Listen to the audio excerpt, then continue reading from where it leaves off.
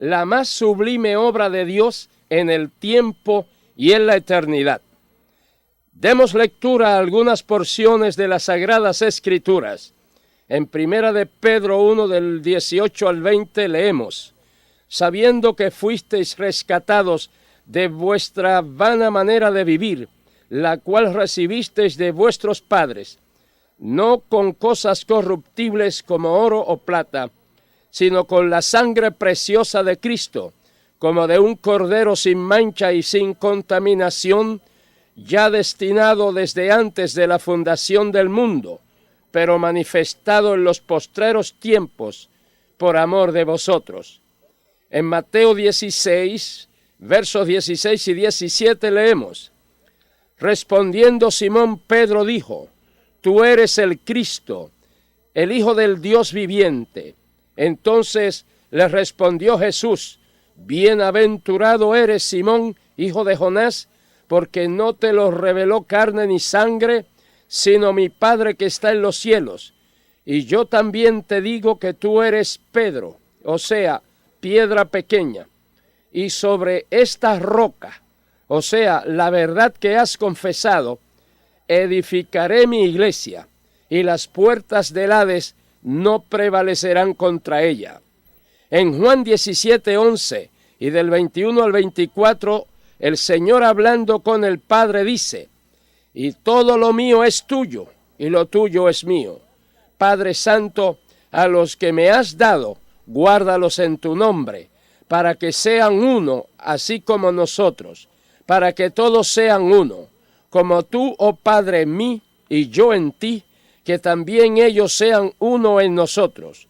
La gloria que me diste, yo les he dado, para que sean uno, así como nosotros somos uno, yo en ellos y tú en mí, para que el mundo conozca que tú me enviaste, y que los has amado a ellos como también a mí me has amado. Padre, aquellos que me has dado, quiero que donde yo estoy, también ellos estén conmigo, para que vean mi gloria que me has dado, porque me has amado desde antes de la fundación del mundo. En Efesios 1, versículos 3, 4 y 6, leemos: bendito sea el Dios y Padre de nuestro Señor Jesucristo, que nos bendijo con toda bendición espiritual en los lugares celestiales en Cristo, según nos escogió en Él antes de la fundación del mundo, para que fuésemos santos y sin mancha delante de Él, para alabanza de la gloria de su gracia, con la cual nos hizo aceptos en el amado. Otra vez en Efesios 1, 22 y 23 dice: y sometió todas las cosas bajo sus pies, y lo dio por cabeza sobre todas las cosas a la iglesia, la cual es su cuerpo, la plenitud de aquel que todo lo llena en todo. Volvemos a leer en Efesios, ahora en el capítulo 3, versos 10 y 11, como sigue: para que la multiforme sabiduría de Dios sea ahora dada a conocer por medio de la iglesia a los principados y potestades en los lugares celestiales, conforme al propósito eterno que hizo en Cristo Jesús, Señor nuestro. En el Cantar de los Cantares, capítulo 8 y verso 5, dice: ¿quién es esta que sube del desierto, recostada sobre su amado? Y por último, en Apocalipsis 19, 7 y 8, leemos: gocémonos y alegrémonos y démosle gloria, porque han llegado las bodas del Cordero, y su esposa se ha preparado, y a ella se le ha concedido que se vista de lino fino, limpio y resplandeciente, porque el lino fino es la justificación de los santos. Por medio de estas porciones bíblicas leídas, podemos notar cuál es la obra más grandiosa y sublime que Dios jamás haya hecho y que hará: la creación de los ángeles. Hubo una época cuando solo estaban Dios el Padre, Dios el Verbo y Dios el Espíritu Santo. Los ángeles son seres creados, son espíritus para la alabanza y el servicio de Dios. Al parecer, lo primero que Dios creó fueron los ángeles. Millones y millones, miríadas de ángeles en todos sus rangos, ángeles, serafines, querubines, arcángeles. Al crear los ángeles, Dios realizó una obra esplendorosa, pero hay algo mayor, más sublime: la creación sideral. Cuando Dios creó y organizó la Tierra y el sistema solar, los millones y millones de estrellas, soles, constelaciones, las grandes y gigantescas galaxias, es decir, la abrumadora inmensidad del espacio con sus trillones y trillones de estrellas, soles y toda clase de astros y cuerpos celestes. Desde luego, Él realizó una obra grande, portentosa, pero hay algo más extraordinario y sublime: la creación del hombre. Dios descendió al terruñito del espacio y con sus manos tomó arcilla y formó al hombre del polvo de la tierra. Formó el cuerpo de barro con toda su estructura, órganos, fisionomía. Pero luego Dios puso de su espíritu en el barro, sopló en su nariz aliento de vida, y fue el hombre un ser viviente, a imagen y semejanza de Dios. Y vio Dios todo lo que había hecho, y he aquí que era bueno en gran manera. Génesis 1:31. Esta es la llamada obra maestra de la creación. Pero con todo lo maravillosa que es, hay algo más maravilloso y sublime: la creación de la mujer y de la raza humana. Y dijo Jehová Dios: no es bueno que el hombre esté solo, le haré ayuda idónea para él. De una costilla de Adán Dios creó a la mujer, y de ahí la descendencia de la raza humana. Y ciertamente esta fue una obra grande, pero no la más grande. Esta habría de conducir a otra superior y maravillosa, pues la simiente de la mujer habría de herir la cabeza de la serpiente, a saber, el diablo. La encarnación del Verbo. En el estado eterno siempre fue el Verbo, y el Verbo era igualmente con Dios, y el Verbo siempre fue Dios. Juan 1:1. Y aquel Verbo fue hecho carne, y habitó entre nosotros, y vimos su gloria, gloria como la del unigénito del Padre, lleno de gracia y de verdad. Juan 1:14. E indiscutiblemente grande es el misterio de la piedad. Dios fue manifestado en carne. 1 Timoteo 3:16. El postrer Adán, espíritu vivificante. Emmanuel, Dios con nosotros. 1 Corintios 15:45 y Mateo 1:23. Pero esta obra tan excepcionalmente maravillosa fue el medio divino indispensable para el logro de algo más trascendental, abarcador y sublime: la redención humana. Cuando el hombre pecó, perdió su espíritu. Este quedó muerto en delitos y pecados, separado de Dios. Efesios 2:5. Cuando el hombre pecó, perdió su alma. También fue afectada por esta separación, pues toda alma que pecare morirá. Ezequiel 18:4 y 20. Cuando el hombre pecó, perdió su cuerpo. Este se enferma, muere, se corrompe y vuelve al polvo. Génesis 3:9. Cuando el hombre pecó, perdió su tierra. Esta pasó bajo el control de Satanás. Juan 16:11. El hombre, como hombre, no podía redimir al hombre, pues éste es intrínsecamente pecador y está destituido de la gloria de Dios. Por lo mismo, no tiene méritos propios para tal cosa. Salmo 49:7, Romanos 3:23. Dios, como Dios, no podía redimir al hombre sin violar su propia justicia, quien había sentenciado al hombre. El hombre tenía que pagar la sentencia divina, pero si la pagaba, se perdía eternamente en el infierno y en el lago de fuego. Pero Dios, que es rico en misericordia, su amor demandaba el perdón del pecador. Y Dios, que también es sabio, proveyó el plan de las edades, el plan de redención, para descargar sobre Cristo el pecado, la culpa, la sentencia del hombre, y perdonar a todo aquel que le recibe como su único y personal Salvador. Redención humana con sangre divina. Oh, las glorias de la redención. Amados, y ciertamente esta es una maravillosísima obra, pero que es conducente para algo más sublime. El nuevo nacimiento.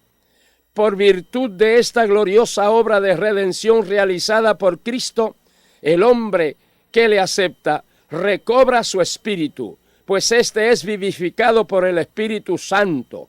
Efesios 2, 1 y 5. Recobra su alma, pues ésta es salvada y renovada. Apocalipsis 1, 5. Recobra su cuerpo, pues éste es sanado y al fin resucitado. Efesios 2, 6. Recobra su tierra, pues ésta también redimida será por Cristo y devuelta al hombre. El pecador arrepentido y confiado en el Cristo Redentor nace de nuevo. Juan 3:3. Es hecho nueva criatura. 2 Corintios 5:17. Es engendrado de Dios. Juan 1:12 y 13. Es hecho hijo de Dios. Juan 1:12. Y todo esto ya comienza a ser sublime. Amados, estos hijos, esta descendencia, esta familia de Dios, estos ciudadanos del cielo, van a entrar al cielo, pero no cada uno como individuo independiente del otro, ni tampoco como concilios, ni denominaciones, ni movimientos, ni ministerios, ni agrupaciones, para cada cual disfrutar la gloria y las delicias del cielo a su manera, en su sector privado, organizando sus propias excursiones a las distintas galaxias, ni fomentando sus propios intereses. Nosotros vamos a entrar al cielo como la iglesia de Jesucristo, que es la más sublime obra de Dios en el tiempo y en la eternidad. La iglesia de Jesucristo es comprada con la sangre de Cristo. Efesios 5:25. La iglesia de Jesucristo es de Dios. 1 Timoteo 3:15. Es amada de Cristo. Efesios 5:2. Es consolada, enseñada por el Espíritu Santo. Juan 14:16-26. Es el cuerpo, siendo Cristo la cabeza. Efesios 1:22. Es el templo, siendo Cristo el fundador y fundamento. 1 Corintios 3:9-16 y 1 Pedro 2:6 y 7. La iglesia de Jesucristo es edificada por Cristo. Mateo 16:18. Preparada, capacitada y adornada por el Espíritu Santo. Gálatas 5:22-25. 1 Corintios 12 del 1 al 12. Es bendecida con bendición espiritual. Efesios 1:13. Es la expresión, pues da a conocer la multiforme sabiduría de Dios a todas las potestades en los lugares celestiales. Efesios 3:10. Es el motivo principal de las alabanzas a Dios por toda la eternidad. Efesios 3:21. Es sustentada y cuidada por Dios. Efesios 5:29. Es la casa de Dios. 1 Timoteo 3:15. Es columna y apoyo de la verdad. 1 Timoteo 3:15. Es la sal de la tierra y la luz del mundo. Mateo 5:13. Es linaje escogido, real sacerdocio, gente santa, pueblo adquirido por Dios. 1 de Pedro 2:9. Es llena de la plenitud del Padre. Efesios 3:19. Como su cuerpo tiene la plenitud del Hijo. Efesios 1:23. Recibe la plenitud del Espíritu Santo. Efesios 5:18. En ella opera la supereminente grandeza del poder de Dios. Efesios 1:19. Es gloriosa, sin mancha, sin arruga, ni cosa semejante, sino santa y sin mancha. Efesios 5:27. Como cuerpo de Cristo, la iglesia es parte de su carne y de sus huesos. Efesios 5:30.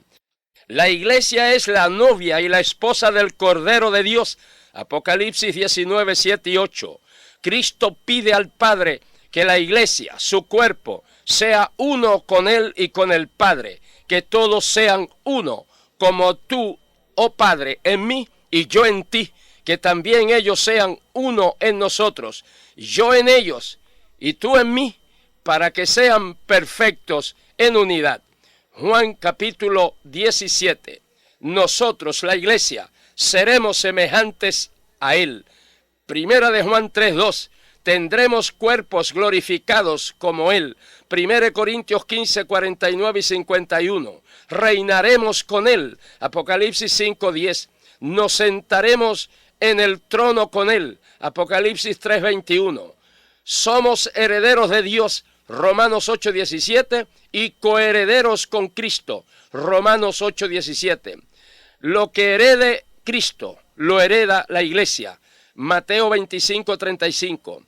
Jesús fue hecho más sublime que los cielos. Hebreos 7:26. La iglesia, como su cuerpo, también. Ciertamente, la iglesia es la obra de Dios más sublime en el tiempo y en la eternidad. Amados, es comprensible que el diablo odie con saña infernal a la iglesia del Señor. A él lo botaron del cielo, cual perro sarnoso, juntamente con los ángeles que le siguieron, quedando un vacío en el cielo. A él la envidia lo consume, la soberbia lo emponzoña, la rabia lo pone esquizofrénico, al saber que la iglesia va a ocupar una posición supereminentemente más elevada que la que él perdió. Él quiso ser semejante al Altísimo, pero es la iglesia la que será semejante al Señor Jesucristo. Por esto, desde los albores de la historia de la raza humana, Satanás comenzó la guerra contra la simiente de la mujer, quien habría de molerle la cabeza y quien habría de edificar su iglesia.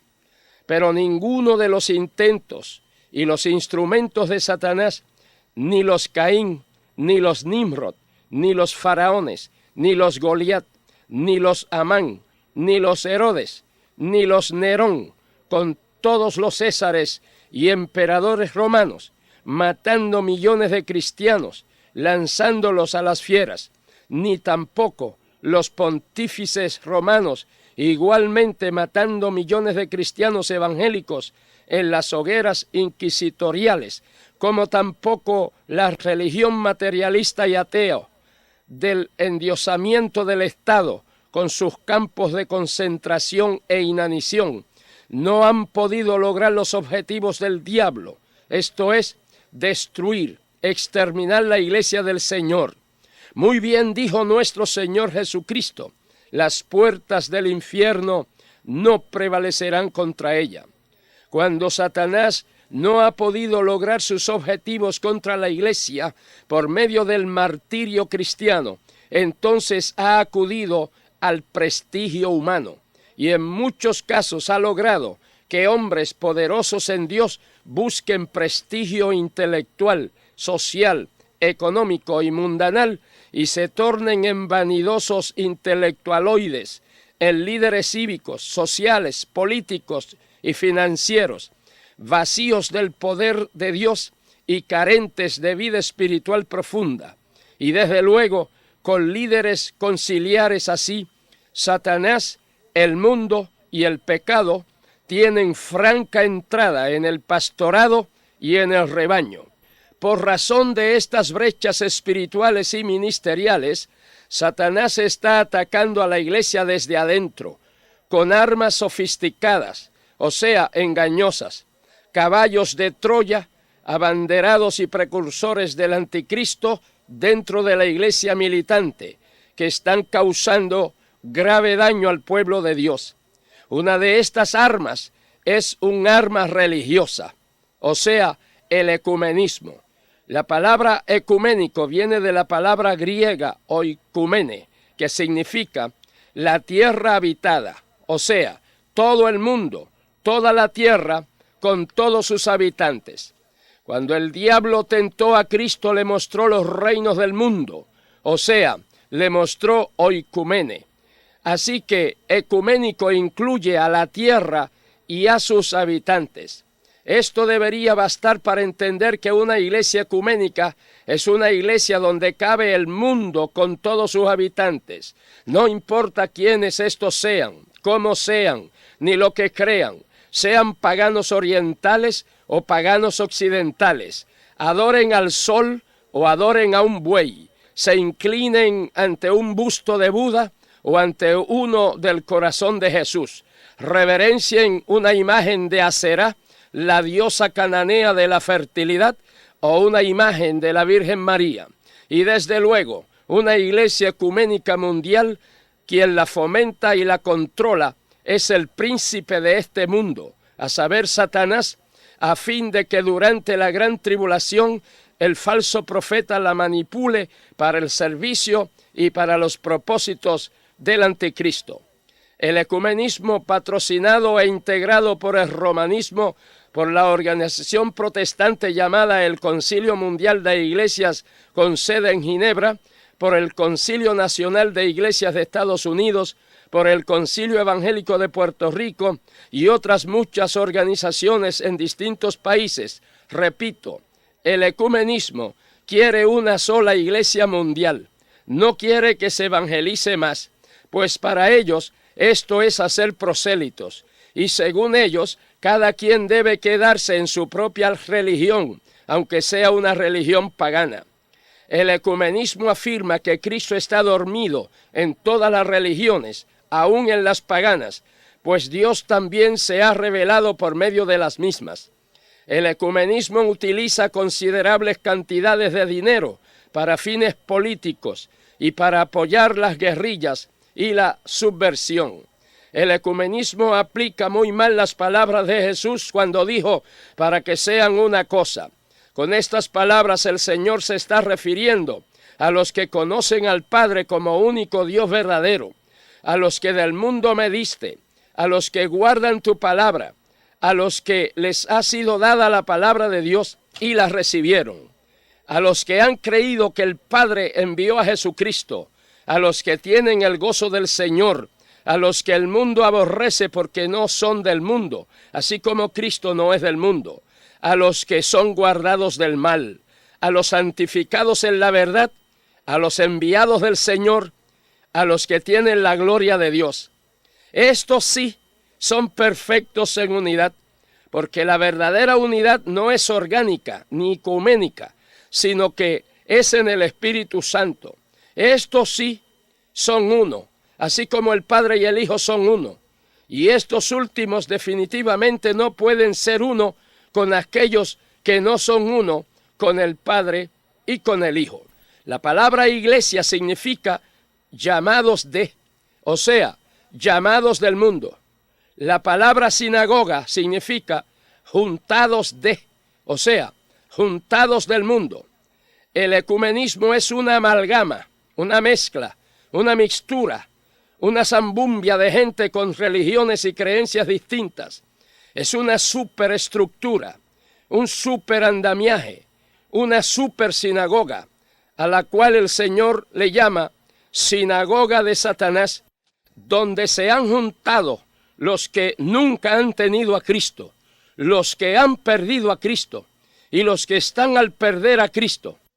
Ellos entre sí ciertamente son uno, pero ellos y la verdadera iglesia de Jesucristo jamás podrán ser uno. Cristo es la cabeza, la única cabeza de la iglesia, que es su cuerpo. El cuerpo de Cristo no tiene dos cabezas.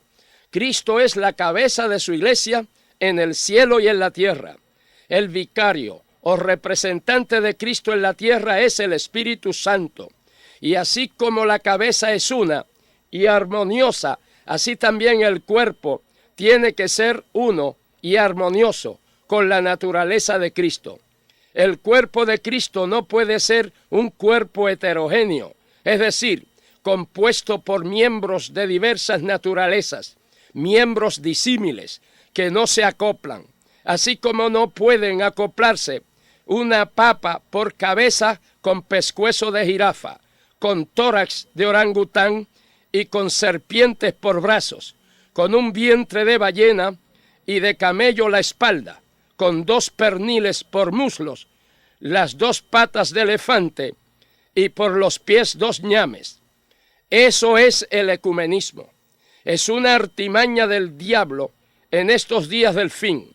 Es una arma religiosa, engañosa, venenosa y diabólica contra la iglesia del Señor. Otra de estas armas que Satanás está desarrollando es un arma sociopolítica, el humanismo. El humanismo es la glorificación, la exaltación del hombre sobre Dios. El humanismo dice que Dios no existe. El humanismo es ateísmo y descarta la creación del universo y del hombre por parte de Dios. Dice que todo fue accidental. El humanismo dice que la salvación o la perdición son ideas ilusorias y dañinas. Cree que el hombre es su propio salvador. El humanismo apoya el aborto, el sexo libre, el divorcio, que nada es inmoral en sí mismo, que no existe ni el bien ni el mal. El humanismo es hedonismo, pues declara que la felicidad del hombre es hacer todo lo que quiera sin ninguna limitación, es decir, considera el placer como la finalidad de la vida. Así que es hedonismo y hediondismo. El humanismo es materialismo, pues tiene como meta la consecución de bienes materiales. El humanismo en política es socialismo, pues propugna un gobierno mundial de esa ideología. De ahí viene la llamada teología de la liberación. El humanismo es una religión ateísta que ha permeado, gradualmente está arruinando la docencia, la escuela, la universidad, la cultura, las leyes, la judicatura, el gobierno, el matrimonio, la familia, la sociedad, la iglesia, los medios de comunicación en masa. La nueva religión. Ningún verdadero cristiano puede ser humanista, pues el humanismo es un arma sociopolítica ateísta, muy engañosa, que el diablo está empleando con bastante éxito en la iglesia del Señor, pues hoy hay mucha predicación humanista. Otra de estas armas es un arma doctrinal, el conveniencialismo. Hoy existe una marcada tendencia de interpretar las Escrituras a la conveniencia personal del intérprete, a lo que a él le guste, lo que le agrade. Todo lo que no le convenga lo puede rechazar. El conveniencialismo es un evangelio a la carta, con el menú en la mano, como en el restaurante, que usted pide lo que le gusta. Y si le traen algo que usted no pidió o no le gusta cómo se lo traen, usted lo rechaza. Es un evangelio a la conveniencia del consumidor. Y se dice que el cliente siempre tiene la razón. De ahí tanta mundanalidad y tanto pecado en tantas vidas, en tantas iglesias, en tantas denominaciones y aún en tantos líderes conciliares. De ahí que se esté borrando la diferencia entre el creyente y el inconverso. Visten el mismo traje unicarne. De ahí que haya bautismos en agua con las mujeres en bikini y los hombres y el bautista en shorts. De ahí que tantas personas que dicen que están convertidos y hasta predican, pero no dan evidencias de haber nacido de nuevo. No son hechos nuevas criaturas, ni las cosas viejas pasan, ni tampoco pasan los viejos trabajos faranduleros y pecaminosos. De ahí la ola de música con ritmos populares, sensuales, infernales, que invaden las iglesias. De ahí esa fiebre de competencias deportivas y maratones interiglesias, interpastores e interconcilios. Y de ahí la baraúnda, la aparición, la confusión y escándalo de tantas herejías, unas antiguas y otras de la nueva ola. Una muy antigua, tan antigua como San Agustín en el siglo IV de la era cristiana, la cual está resurgiendo e introduciéndose en el pueblo de avivamiento, consistente en que Dios predestina a unos para salvación y a otros para perdición, a unos para el cielo, a otros para el infierno, a unos para la vida eterna, a otros para la condenación eterna, a unos para las glorias del cielo, a otros para el lago de fuego. De esta se deriva otra herejía, esto es, que cuando uno es salvo, es siempre salvo. Aunque adultere, fornique, viva en pecado, no importa lo que haga y cómo viva, ya está predestinadito y será salvadito. Llueve, truene o haga viento, como decían antiguamente. La Biblia está llena de evidencias de que la salvación está disponible no solo para algunos predestinados, sino para todo mortal, y que el que descuida su salvación pierde su salvación, y su nombre será borrado del libro de la vida. Si Dios predestinara a alguien para perderse, ¿por qué habría de juzgarle, condenarle y enviarle al lago de fuego? Decididamente, estas son interpretaciones de conveniencia. Debemos tener mucho cuidado con creyentes, predicadores y evangelistas que son muy susceptibles a las falsas doctrinas y herejías.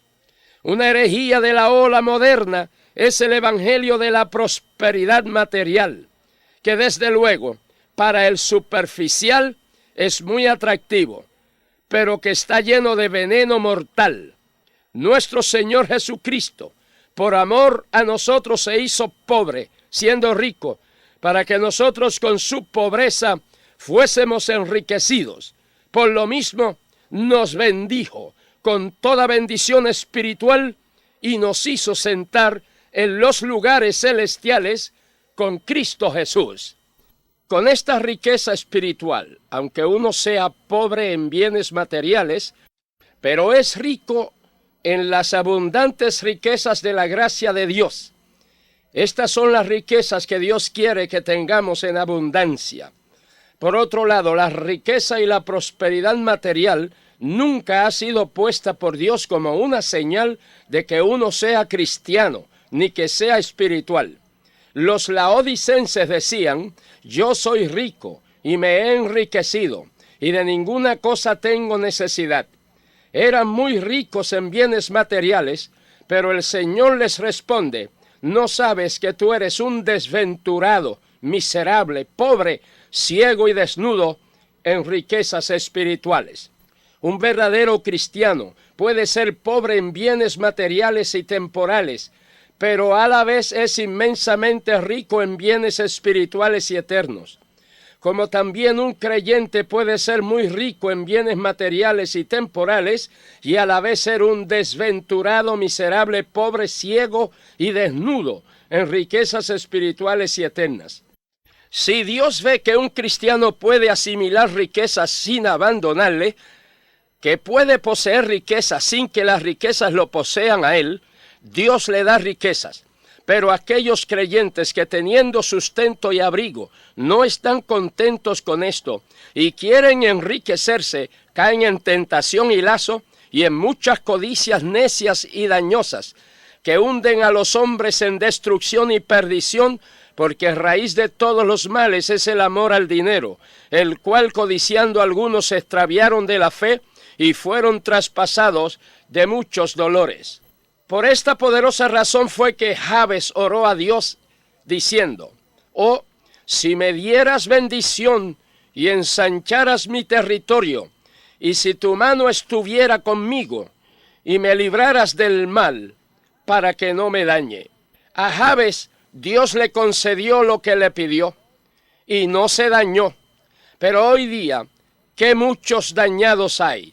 Lo que piden son riquezas, aman las riquezas, por consiguiente se extravían de la fe sencilla en Cristo y se embarcan con una fe financiera para enriquecerse, que en la realidad y en las prioridades de los valores espirituales y eternos es un naufragio de la fe sencilla, para venir a convertirse en una fe fantasía, fe ficción, fe falsa, fe falacia, fe fatua, fe fracaso, fe funesta, fe fatal.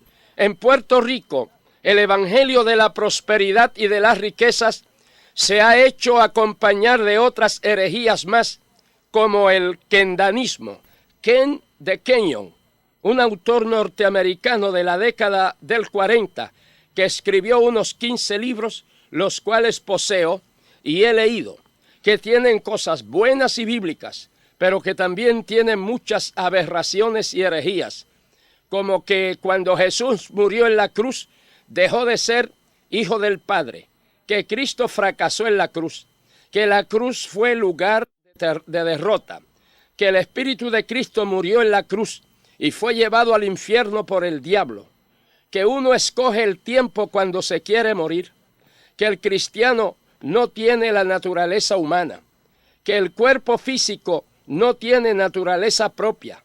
En otras palabras, que la naturaleza humana es erradicada. Todas estas y otras herejías de Kenyon las ha adoptado el Evangelio de la Prosperidad para convertirse en el kendanismo criollo, que también es un evangelio de mundanalidad. El único mérito que tendría el danismo sería que el joven sabe traducir del inglés al español. Tengamos cuidado con esta arma de convencionalismo doctrinal. No olvidemos la amonestación del apóstol Pablo: ten cuidado de ti mismo y de la doctrina, persiste en ello, pues haciendo esto te salvarás a ti mismo y a los que te oyeren. Otra de estas armas es un arma psicológica, el hipnotismo. El hipnotismo o hipnoterapia es la manipulación psicológica de la mente por medio de una técnica de sugestión verbal que produce un estado mental anormal, parecido al sueño, que va controlando y conduciendo la mente en forma regresiva hacia el pasado. La mente entra en un trance. La parte analítica del cerebro se pone en punto muerto y la parte impresionable se agilita. Y la víctima va respondiendo a las sugestiones del manipulador, hablando, confesando y accionando todo su pasado de adulto, de su niñez, de su infancia, y aún logran que personas de edad avanzada se muevan y se comporten como fetos en el vientre de la madre.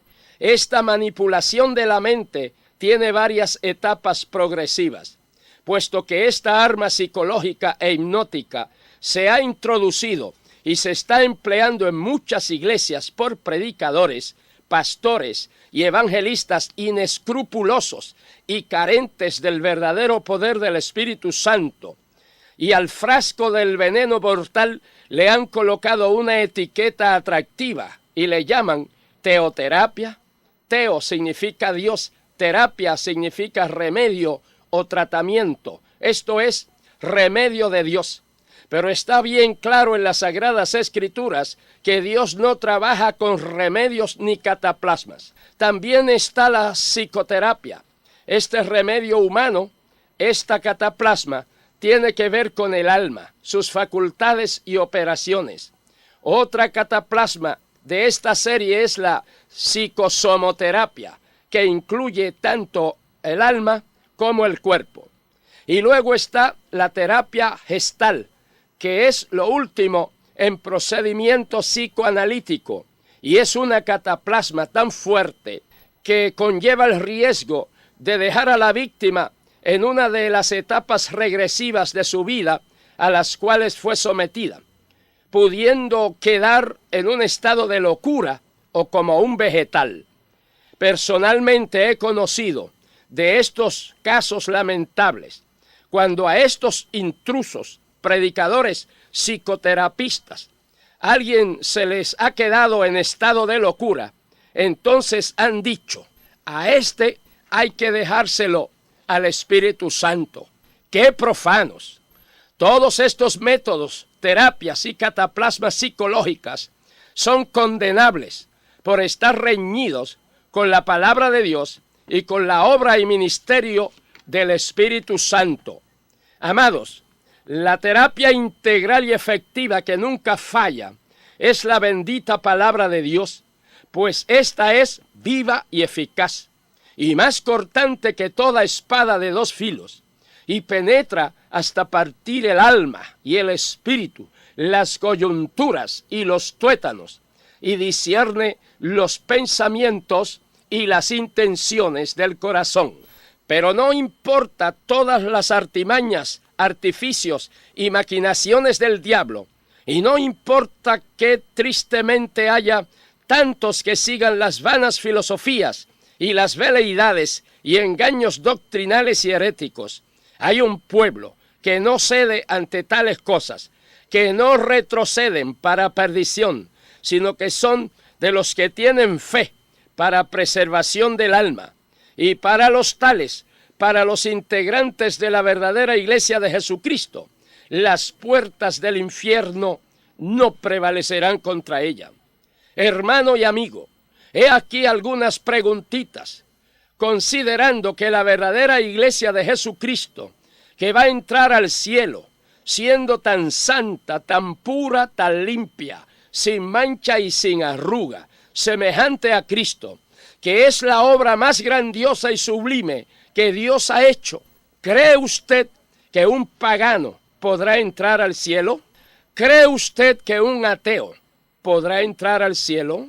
¿Cree usted que un incrédulo podrá entrar al cielo? ¿Y un idólatra de santos, de vírgenes, de mártires y apóstoles entrará al cielo? ¿Y los fornicarios, adúlteros, afeminados, los que se echan con varones y lesbianas, entrarán al cielo? ¿Y qué me dice de los ladrones, avaros, borrachos, drogadictos, maldicientes, estafadores? ¿Entrarán al cielo? ¿Cree usted que los hechiceros, brujos, sortílegos y adivinos entrarán al cielo? ¿Y los mentirosos, hipócritas, engañadores y asaltantes entrarán al cielo? ¿Y qué me dice de los creyentes mundanos, tibios y descuidados? ¿Entrarán al cielo? Y aquellos creyentes que ayer estaban avivados y ardientes en el espíritu, y hoy están descarriados, amortajados y congelados, ¿entrarán al cielo? Y aquellos que tuercen las escrituras y no obedecen la palabra ni la sana doctrina, ¿podrán entrar al cielo? Bueno, ¿y qué me dicen ustedes de los creyentes supuestamente convertidos, comediantes, faranduleros, cantaores de salsa, merengue, mariachi, rancheras, plena, cúmbale, lolay, danzas, congas y rock? ¿Cantarán en las bodas del Cordero una salsa picante, un merengue de doble sentido o un rock profano y endemoniado? ¿Y qué les parece? Bailarinas y vedettes que se llaman cristianas entrarán al cielo bailando semidesnudas como un número especial en las bodas del Cordero. Y dígame, en las bodas del Cordero participarán los payasos, títeres, marionetas con el correspondiente ventrílocuo.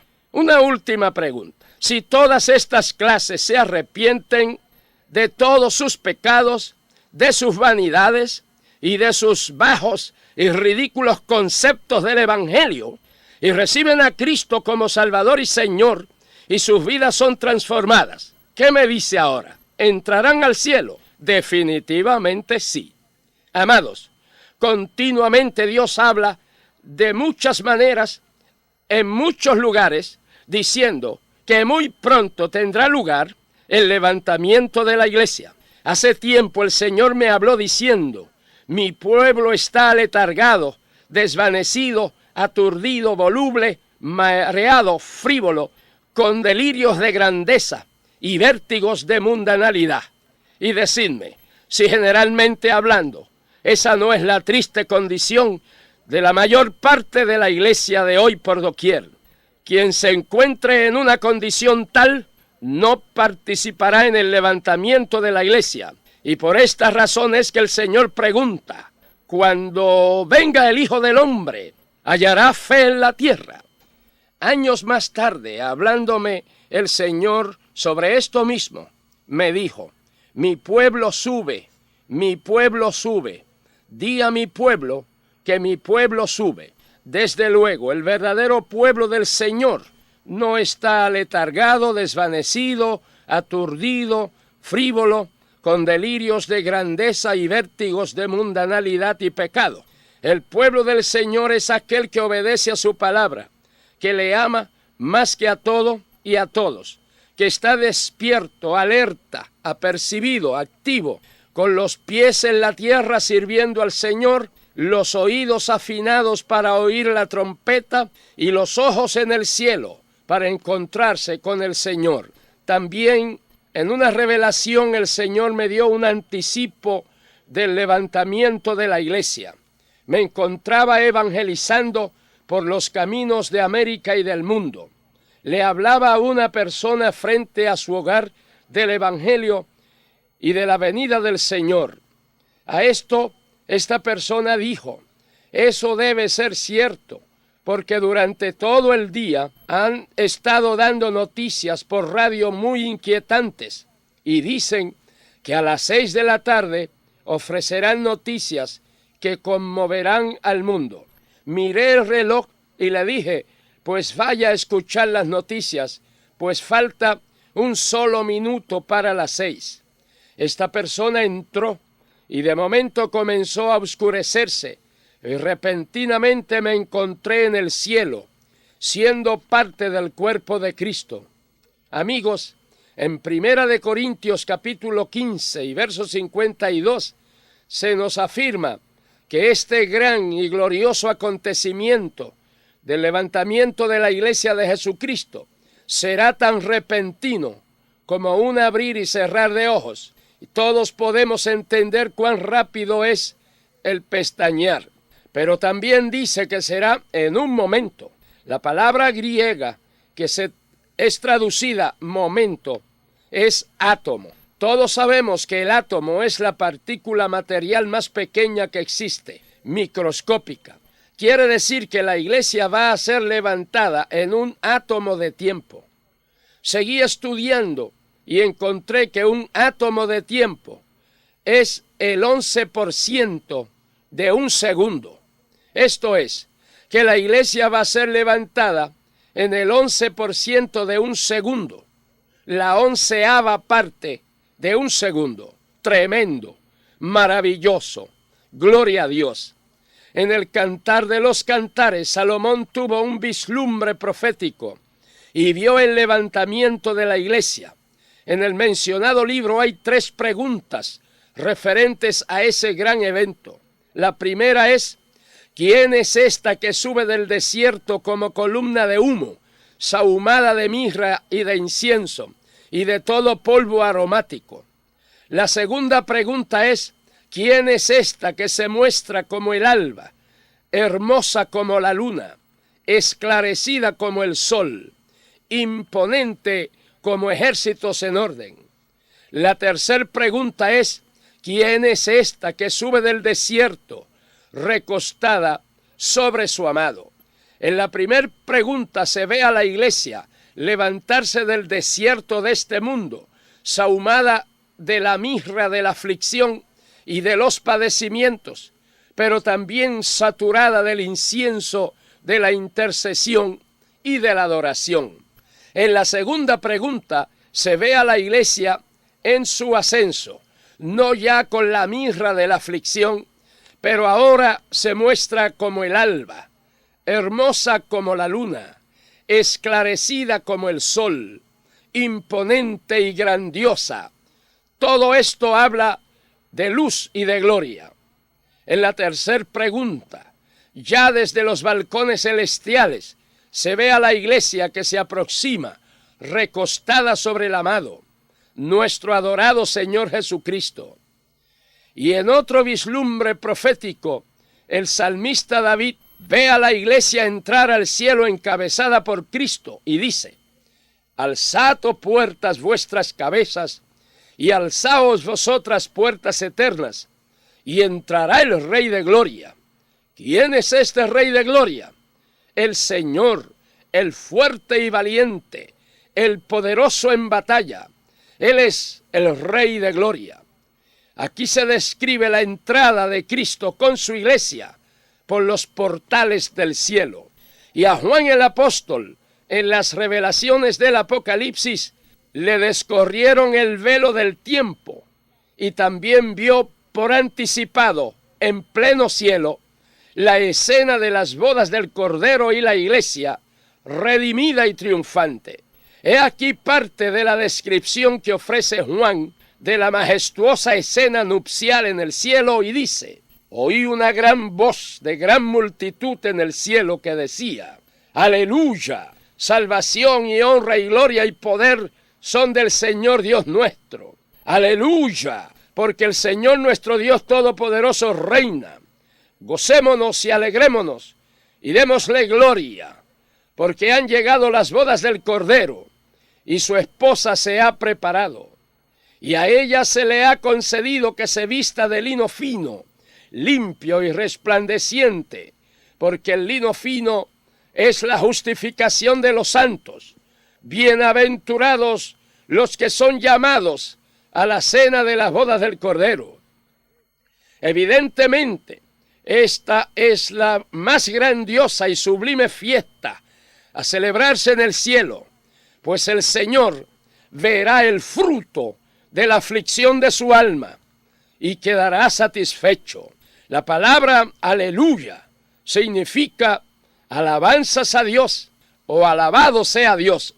Podemos ver que como preludio a las bodas del Cordero y la iglesia, Juan oye en el cielo una gran multitud que en 4 ocasiones exclamaba aleluya. El primer aleluya es porque solo a Dios pertenece la salvación, la honra, la gloria y el poder, y porque sus juicios son verdaderos y justos, pues ha juzgado a la gran ramera, la religión, la iglesia falsa, corrupta, que derramó la sangre de los mártires cristianos. El segundo aleluya es porque el castigo sobre esa religión ramera, ecuménica y corrupta, es por los siglos de los siglos. El tercer aleluya, expresado por los ángeles y redimidos, resonó en el cielo, reafirmando el gozo por los juicios de Dios y la caída definitiva de la iglesia ramera, madre de las rameras y de las abominaciones de la tierra, ebria de la sangre de los mártires de Jesús. Todo esto en contraste con la gloria y la recompensa de la iglesia virgen, santificada, purificada, sin mancha, sin arruga, la novia del Cordero. El cuarto aleluya, la voz fue como el estruendo de muchas aguas y como la voz de grandes truenos que decía aleluya, porque el Señor nuestro Dios Todopoderoso reina.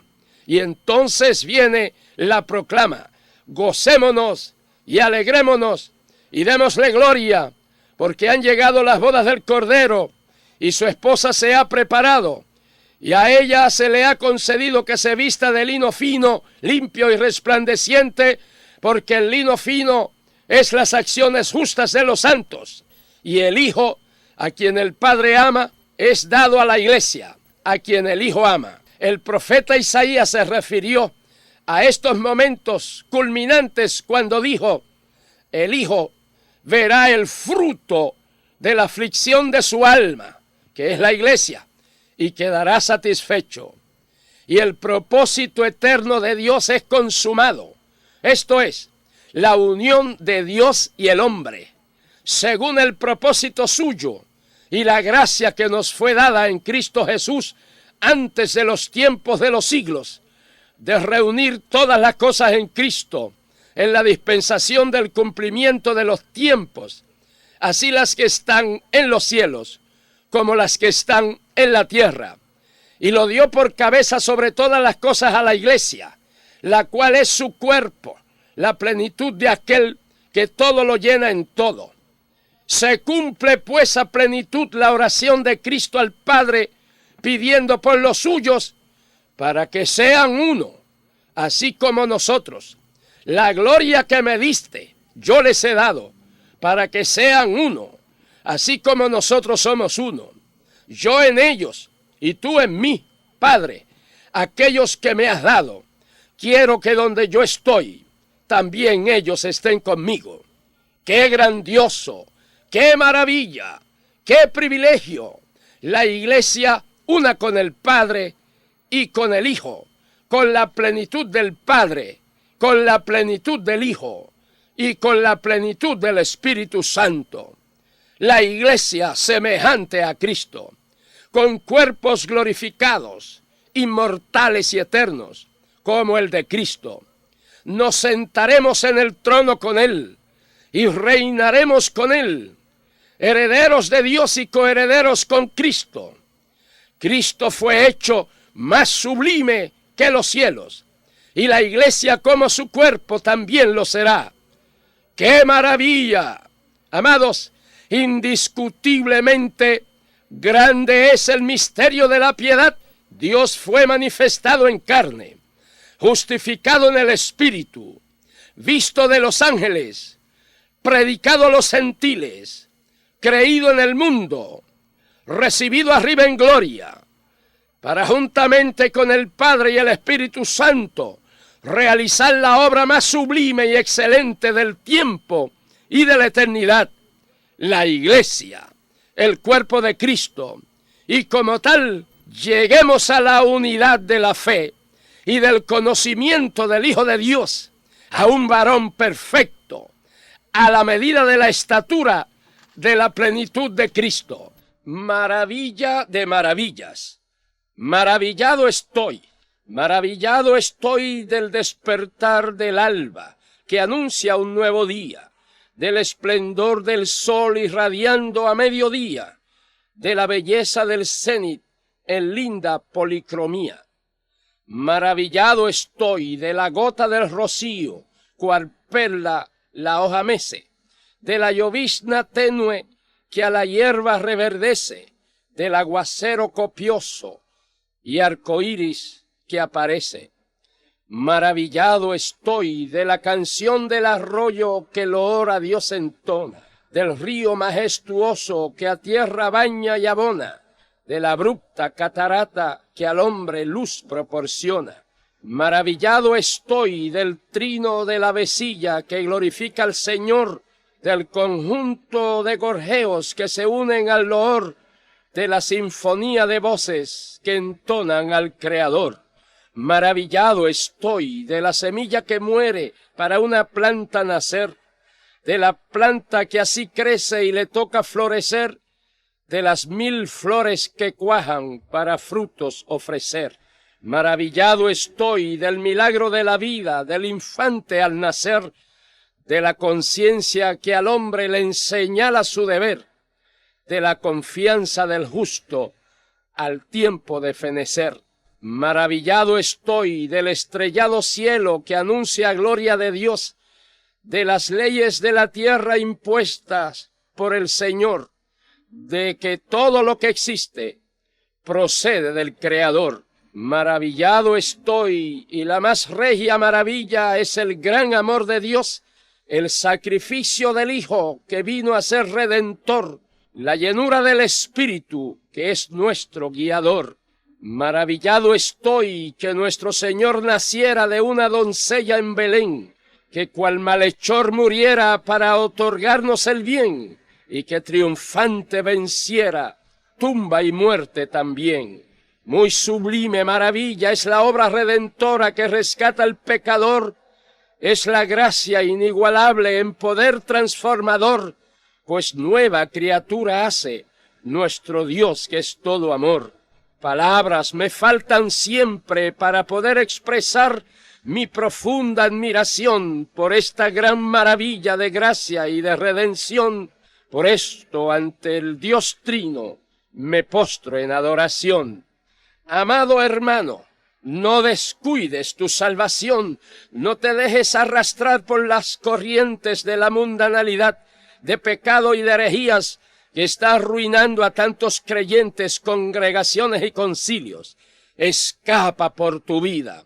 No pierdas el privilegio de ser participante de la más grande maravilla, las bodas del Cordero con su iglesia. Querido amigo, tienes tiempo de ser inscrito en el libro de la vida en el cielo como participante de esa gran fiesta eterna mediante el arrepentimiento de tus pecados y la fe en Jesucristo para perdonarte. Abre tu corazón para que Cristo sea tu Salvador, Señor y Maestro. Oremos. Padre nuestro, te damos gracias por esta obra tan grande, tan maravillosa y sublime, que es la Iglesia de Jesucristo. Dios mío, te ruego en favor de todo tu pueblo, que no descuidemos esta salvación tan grande, y que tú salves estas almas que vienen a ti en estos momentos, transforme sus vidas, y les hagas nuevas criaturas. En el nombre de Jesús nuestro Señor. Amén.